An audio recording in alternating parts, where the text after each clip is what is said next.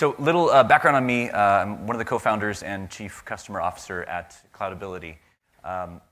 We are based in Portland, Oregon. Has everybody seen Portlandia, the documentary? The documentary? Yeah. It's so we're based in Portland, Oregon. I'm been with the company for 5 years. It's the age of the company is the same age as my twin boys, almost to the week. And today I want to talk a little bit about our life cycle of going from really passive management of customers to a much more active approach to focusing on the life cycle with those customers. So a little background on our product while he's pulling those up. We are a high-touch success model. So we have a very complex space, which is cloud cost management, lots of complex data and domain knowledge there. We have complex customer needs, so customers who sometimes have hundreds of users of our product, from ops to finance to engineering. And we also have a complex product on the back of that, because complex needs, complex data equals an analytics product that lets customers do a lot of different things in a lot of different ways. So the talk I'm going to be focusing on is really through the lens of a platform that is not quick on, you did a 10-minute training, it's not about one or two users, it's basically onboarding a complex set of users, sometimes hundreds of them, with lots of integrations of data and lots of different levels of training and onboarding. So I want to make that distinction because I've seen some of the other talks are more focused on, here we go, this is looking good. Some of the other talks are more focused on less technical products. Ours definitely falls into the higher touch, smaller number of large customers. Initially, we're like a lot of companies, we signed up our first customers, we were really excited about it, it was lots of high fives, and then we realized we had to do something to support them. So first, we set up a support, a Cloudability alias, and I was answering that initially. I was just, a question would come in, I would reply, and that was fine, until the volume really started to pick up a bit, and then we hired a support person. And then it was fine again for a while. And it continued like that for the first year or so, that we were signing customers until we got to the next stage, which was we have a whole bunch more customers, and that was exciting and challenging, and it broke our old model because at this point our product started to move from a simpler product in its infancy to a much more complex product with more use cases, more users, et cetera. And so this is the point where we started thinking about proactive outreach, and we split the people working with customers into the reactive group, the support group, and the proactive group, which at that time they weren't called this, but they ultimately became our technical account managers. And we hired one person into this role as a technical account manager. His name's Mike, a great guy, loves Prince. And his first year was really, really rough because we didn't really give him any guidance. We basically said, here's 100 and some customers that we want you to take care of. Reach out to them, help them, make them stickier. And he basically spent his first year sending hundreds and hundreds of emails. He got really good at yes, where, and Gmail, sending help. He'd look at their account, he'd kind of figure out if they could, use the best practice here or help them with the support and reach out. And sometimes they would reply, and sometimes they wouldn't. But customers seemed to like it. They were, responding positively when they did reply. And we continued like that for a while until we got to a point where we had some churn. And it was really kind of surprising. In hindsight, it wasn't, but at the time, it was like, hey, we've been talking to these people. They like us. It was like high fives again. We like you guys. But we weren't really focusing on the time at anything really, I think, not that it wasn't meaningful. We weren't focused on the bigger picture goals for them. We were focused on little outreaches that were, although they were prolific, they weren't focused at all. So we decided we needed to do something a little bit different. And this is kind of where we were when we undertook this approach. We had a lot of customers who were growing organically on the platform. That was great. It was a big opportunity. But the challenge on the backside of that is, and when I say growing organically, meaning they were spending more with us, they were getting broader adoption, broader usage. The challenge we ran into, though, was that their spending was scaling, and they wanted to see more value. They went from spending X, and they sometimes went 10X that, and were at that point really just getting that very infrequent and unfocused reach out from us. So the other thing that was happening then was that our renewals were auto-renewals, which was great, and in the scheme of things, if people were happy, it would auto-renew and that would be fine. But if somebody didn't know it was coming, or they were unhappy, or they forgot to set their calendar reminder, and then they auto-renewed, that was a big friction point. People didn't like that very much. As I mentioned also, we increasingly had a complex product, complex customer needs, and complex data. For our customers, some of the data we ingest, one of the data formats for some of our largest, is a 300 million row CSV file that's updated every day. 600 gig CSV file. So there's a lot of domain knowledge in there that our product sheds light on, but ultimately you need a really highly skilled and tuned data person to understand that. And finally, fast forwarding a little bit, the team was growing. So we very quickly went from basically 2, me and another guy in success, up to 8. The sales team also grew really quickly. And we realized we needed a little more structure put into place. So the goal was kind of obvious. It's the top of most people's lists when they talk about success. It was to increase renewals. I wanted to highlight this because, as we've heard, I think the last gentleman, or the last lady mentioned as well, focusing on the customer values and goals is really important. And this was our goal kicking off. And we realized that we needed to work that into a larger process. And the renewals really mattered. And this may seem really basic, and everybody has probably heard this a lot, but I wanted to highlight why the renewals are such a big deal for a lot of our companies. We're subscription-based businesses. Now, there's one piece of that, which is you get revenue every month. That's great. You want $1 of contracted annual or monthly renewing revenue over $10 of one-time revenue. But the really interesting thing about most SaaS companies is that ultimately the bill for your SaaS service is ultimately going up almost in all cases because footprints expand. You upsell, they use more, they take more licenses. For a lot of companies like ours, this stuff kind of happened organically. We charge a percentage of cloud spending would go up, the bill would go up. That was great, but we had to show scaling value with that along the way. And on top of that, a lot of companies that we talk about segmenting, a lot of people are saying, treat your big customers this way, your smaller customers another way. When you have this model where spending is going up, sometimes your small customers turn into really big customers, and you don't get the chance to do that early onboarding that you want. You don't get the time to spend with them. Maybe you haven't done QBRs. Maybe you haven't actually spent one-on-one time with them. So for us, this was a really great realization in terms of the overall business model, but presented a big challenge for the success team in particular. So we put together what we called CRML, because I like acronyms, the Customer Relationship Management Lifecycle. And essentially what CRML was all about was this. We wanted to move from passively hoping the renewals would happen, which is kind of what we were doing. We'd sign somebody up and they would renew or they wouldn't, to actively managing them. So as part of this process, our TAMs were initially sending tons of outreach. They were constantly emailing customers. They were trying to keep the relationships going. It was very, will you talk to me? No. Okay, how about you? Will you talk to me? How about this one? And so we wanted to make it much clearer about who did what. And in our model, we had a peered model. We ended up with sales and success and peers. So we wanted to move it so that the TAMs ultimately were spending less time doing that type of outreach and had more time to really do deep dives with customers to make them sticky. So we ended up with a split like this. We had sales reps acting as quarterbacks and technical account managers acting as running backs. I don't do sports at all. I had to Google this. This is what came up. I hope that's right for anybody who is into sports. So in this world, we made it very clear, which is that the sales reps own the relationship, and they make sure there's somebody on the other end of the line. When we pick up the phone to call, does somebody answer and want to play ball with us? We also made it so that they ensure all the key meetings happen. We found that the technical account manager types we were hiring, as they became increasingly more technical, were not well geared to the idea of calling 100 times or emailing 15 times or doing that type of outreach that sales is much better at. On the other side, with the TAMs, we wanted them to really focus deeply on getting in the weeds, so doing the kickoffs and QBRs, doing these deep trainings on all these areas we're talking about, and ultimately focusing on adoption in the organization. Now, I will note, as I've had a few conversations about this today, our model's kind of simple in the sense that our TAMs don't have renewal under them. They don't really have an upsell. All that falls under the reps. Part of that is because, as I mentioned, our platform sort of grows organically for a lot of users. We have a lot of companies start small and get bigger. So our focus is really on just retaining first and foremost, less upselling necessarily. And what we ended up putting into place was a very prescriptive key milestones process. And this is a simplified version, but it basically went like this. At day 0, we did a discovery and kickoff meeting. And I highlighted goals here. I'm going to highlight it a few more times in the future bullets because originally we would kick off a customer and we would get on the phone with them and we would be like, so let's open up the app. What do you want to do? Let's build you some reports. Let's get in there and kind of poke at things until hopefully we get what you want.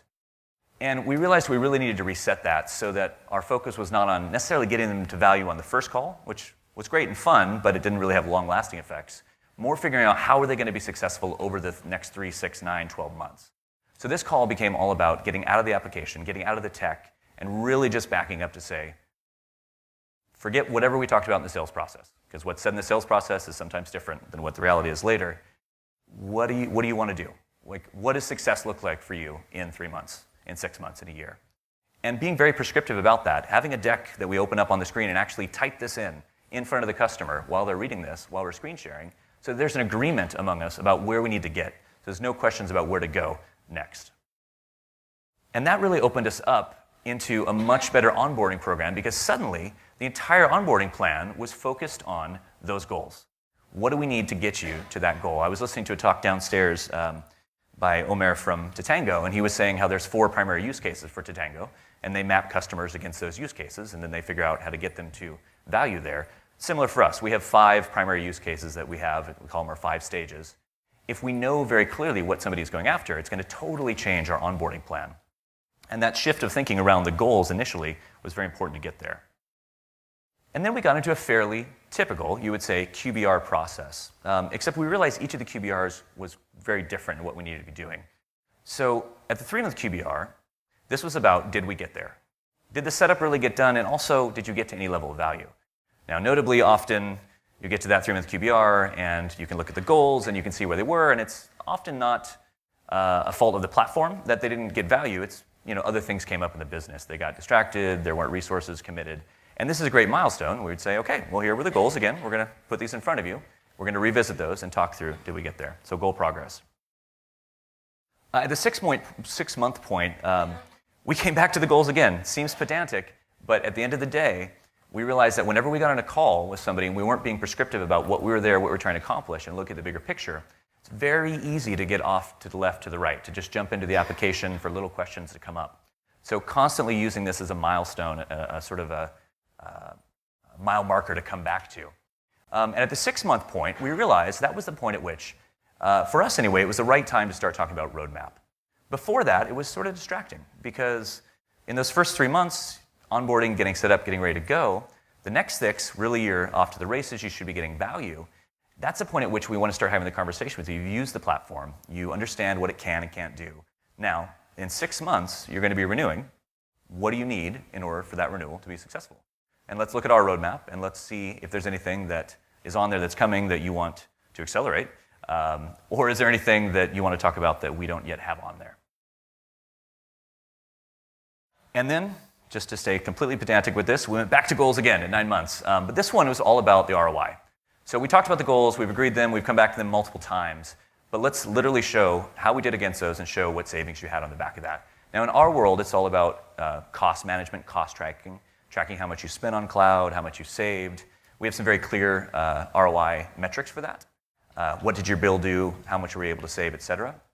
But the idea here was that we did not want to go into the renewal with people unprepared. We didn't want to sell them and then 12 months later talk to them again. We didn't want to have them forget it was renewing. At each of these stages, we're being very prescriptive about the life cycle and say, here's where you are, here's what's coming. So that ultimately, you got to that renewal, God willing it happened, and then you reset the whole process. So within this, there were a lot of different smaller checkpoints and details and trainings and whatnot. But all of this, we ended up making sort of a locked process for all the customers over a certain size, and then are in the process now of automating this for the smaller customers. And when a customer signed, each of these things would be kicked off as a task. In Salesforce, the task to schedule these events. And ultimately, on the backbone of this, once those meetings happened, we got to the notes. And this is a really, I think, unsexy and not exciting thing to talk about at a customer success conference, but the notes we found were really the thing that made or did not make the whole system. So we found that with a team that was more than 1 or more than 2, everybody did notes differently. And nobody really wanted to write down the notes because you have another thing to get to, you have another call to get to, et cetera. But the notes were super key because ultimately we needed some basic things, right? Who was there, what were the wins, what were the action items. But in order to see across the customer lifecycle how this kernel process worked, we had to be able to go back at each step in the process to see what did they say? How far along against the goals were we? Did we hit them or not? This has been probably the hardest thing about the whole process, which is kind of constantly drilling in what needs to be covered in these, how much time to spend on them, and how to record them. But ultimately, each of these things went into events that we could track over time with different categories and report back on the progress against all of them. So in terms of supporting processes, we had a few things that we also put into place at the same time. So first and foremost, trying to get a combined view of the customer. I mean, this is kind of what this conference and I think Tatango is all about, which is pulling together all the pieces. We have a lot of systems, as you guys probably do. We have all these things, Pardot, Intercom, we've got Zendesk, we've got Salesforce. We need to get them all in one place, because when we were just sort of looking to see what could we do for the customer today, it was fine to get in all those systems, but getting into a single view became really key to knowing where to go next with the customer. The onboarding also became a really important thing, and the two things I'd stress here, because I know there's been a lot of talks about onboarding today, was that we focused on reducing time to value. So how do we get you as quickly as possible to hitting one of those goals? And then secondly, which is the hardest, was getting all users the same experience. So when we onboard our power users, we spend a lot of time with them. It's high touch. But 6 months down the road, they may add another 200 users, and originally they were just sort of left out there. They get a login, they show up. So as much as possible, what we would focus on in this realm is how do we give everybody the same experience, but also apply that same level of intensity to onboarding that we would to closing a deal. Much like we were talking about, she was talking about in the last talk, how do you measure those implementation cycles and actually report on them? The next thing we did was looked for the third time. This is our V3 of health scoring. It turned out that after a few rounds of this, there was no correlation to a green customer and success, or a red customer and churn. The initial version was very much just sentiment-based. It was, how does the TAM feel or the rep feel? We then went into some very kind of basic usage metrics, logins, number of reports created. But ultimately, we sort of had to reverse engineer all of our last, I'd say, probably took 5 or 10 major churns, like the big ones that we wanted to look the most at, and figure out what did they not have that the successful customers had. And really get into the weeds, which ultimately this system became the backbone for our onboarding plan, because we wanted to back people into success. So we ended up with a red, yellow, green, kind of common type of system with this. And the TAMs use this to get basically to what their next goals were. And as Kermit says, it is not easy being green. It was really painful to get a customer that we've had for a couple years and actually look through, do we have this type of user? Do we have this type of user? Do we have this number of people logging in every day? All these criteria, and go, wow, our customer base is not quite where we thought it was. So I definitely recommend everyone to take a look, if they haven't already, at their scoring again, to say, how can I make this harder? How can I make it much, much more difficult to get into green? Next thing that we're very much in the process of adding now is that always-on training. So we had each user show up over time. They didn't get onboarded. They needed something. So we started with Power Week, bi-weekly power user trainings, went to recorded content, working on certification programs. This to me is, I think, it's like one of those important but not urgent things in success. We have been trying to get to this in a way I want to get to it for years, and are just now, I think, really starting to lean into it. Without this, you can't scale your success team. Without having all the things that your customer would talk to your rep about, you end up stuck, and that's kind of where we ended up, and so we started to implement a little more of this. Recent addition also, asynchronous escalations. We did away with account reviews. No more do we sit down once a week or once a month to look through all the accounts. We made it totally asynchronous, which meant that the TAMs and reps each week, as there's a change, basically rescore their customers. And when that happens, the revenue leadership, the sales and success leadership, basically get notified of this straight away. And what that means is we can increase the speed to remediation. Sometimes there was a 1 or 2 week gap between something happening and an account review and us actually making a change with the customer. Now, of course, if it's a giant account, that doesn't happen. But when you're talking about a weekly account review and you're going down your list of customers, you're going to start at the big ones. You don't always get to the smaller ones. So this process became really helpful for us, also to give visibility to the rest of the company about the true health of the customers. And ultimately, it worked well. I mean, it took a couple quarters to get into place. The first quarter, we saw a big drop in churn pretty much right away, which was very exciting. Our customers were surprised we weren't doing it before. The downside was that there were some accounts that churned sooner than I think they would have otherwise, because they weren't really being used. We weren't talking to them. They weren't talking to us. We started poking them. They left. That was a little hard to stomach. Definitely had some long conversations about that with the rest of the exec team. But ultimately, we realized those are people that would have left eventually anyway, and we could then focus our time not on trying to get a hold of them, but on the customers who really were there for the right reasons. So takeaways. QBR's onboarding, all about goals. What do you really want to get to? 3 months, 6 months, 9 months? That's kind of the only conversation that we have in that kickoff. So we set up the rest of the process. The TAMs ended up loving it because it gave them a roadmap. Salespeople made renewals more easier. I'm running out of time here. Last thing I want to say is we found that success resources ended up bottomless. We kept hiring people, and immediately we would have not enough resources. If you have smart, talented people doing success, your customers are going to want to talk to them. This is where a system like this, with any other type you want, becomes really important, because otherwise your people will run out of time. They will run out of things, emails they can send at the end of the day, and without guardrails, it'll sort of get away. And I'll throw out the blatant pitch. If anybody knows anybody, we're hiring technical account managers in both Portland and San Francisco. Here's the requirements. Questions? Thank you. All right.